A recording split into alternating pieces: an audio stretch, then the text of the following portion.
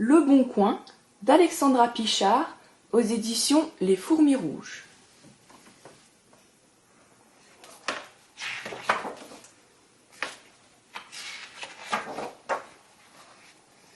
L'ornithologue a observé les mésanges les plus jolis, les paons les plus huppés, les flamants roses les plus fluorescents.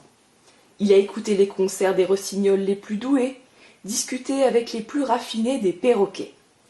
À propos des oiseaux, il sait tout sur tout. Tout ou presque. Il n'y a qu'un spécimen que l'ornithologue a étudié sans jamais réussir à l'approcher. Le canard.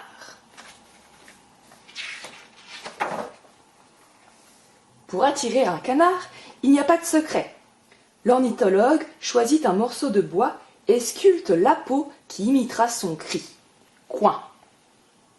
Puis, il sort de chez lui et s'installe au bord d'une mare. Il est content, c'est un bon endroit pour appeler un canard. L'ornithologue pose alors ses lèvres sur la peau et, délicatement, il souffle dedans. Mais voici que l'instrument fait « Quoi ?» Quelque chose bouge entre les nénuphars. L'ornithologue ouvre grand les yeux. « Quoi ? Quoi ?» Quelque chose bondit hors de la mare. C'est une grenouille. De retour chez lui, l'ornithologue perfectionne son appôt. Cette fois-ci, le canard est à lui. Il grimpe alors sur la branche d'un arbre et patiemment attend le meilleur moment pour appeler à nouveau.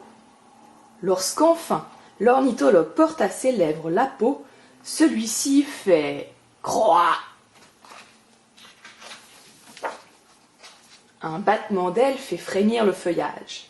L'ornithologue frissonne. « Croix ! Croix !» Une silhouette noire surgit aussitôt. C'est un corbeau. À son bureau, l'ornithologue examine son appôt. Un coup de lime ici, un coup de scie là, et il fonctionnera comme il faut.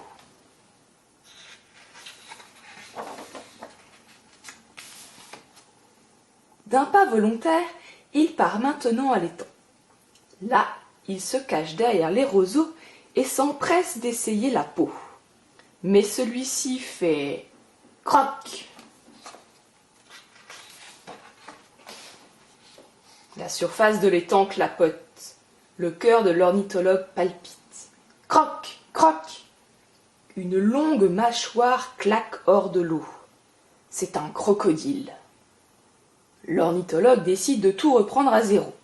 Il jette son instrument et en façonne un nouveau. Plus précis, plus fin, plus beau, celui-ci, à coup sûr, saura faire coin.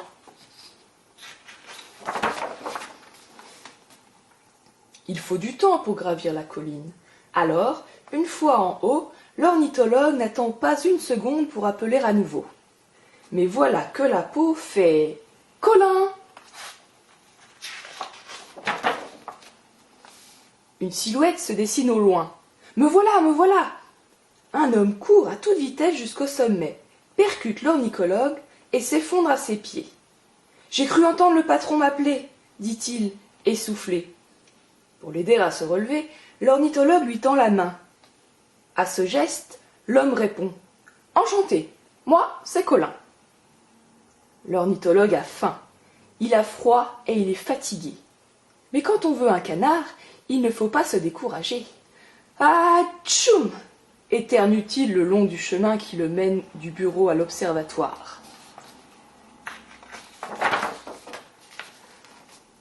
Le voilà prêt pour un nouvel essai qui, c'est sûr, sera un succès.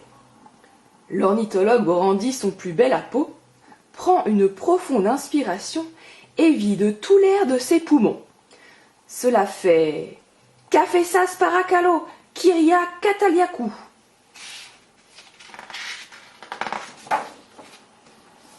Le gravier crisse sous la cabane.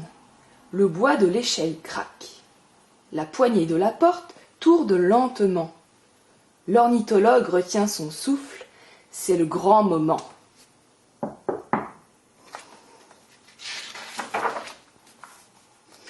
Kyria Kataliakou ouvre la porte. C'est l'heure du café.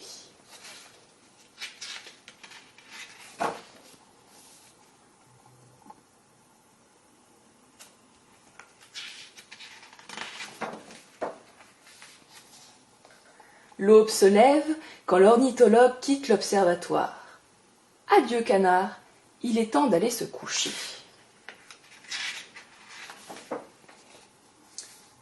Sous les couvertures, l'ornithologue a froid et chaud en même temps. Dans un dernier effort, il tire un mouchoir de sa poche et souffle dedans. Coin!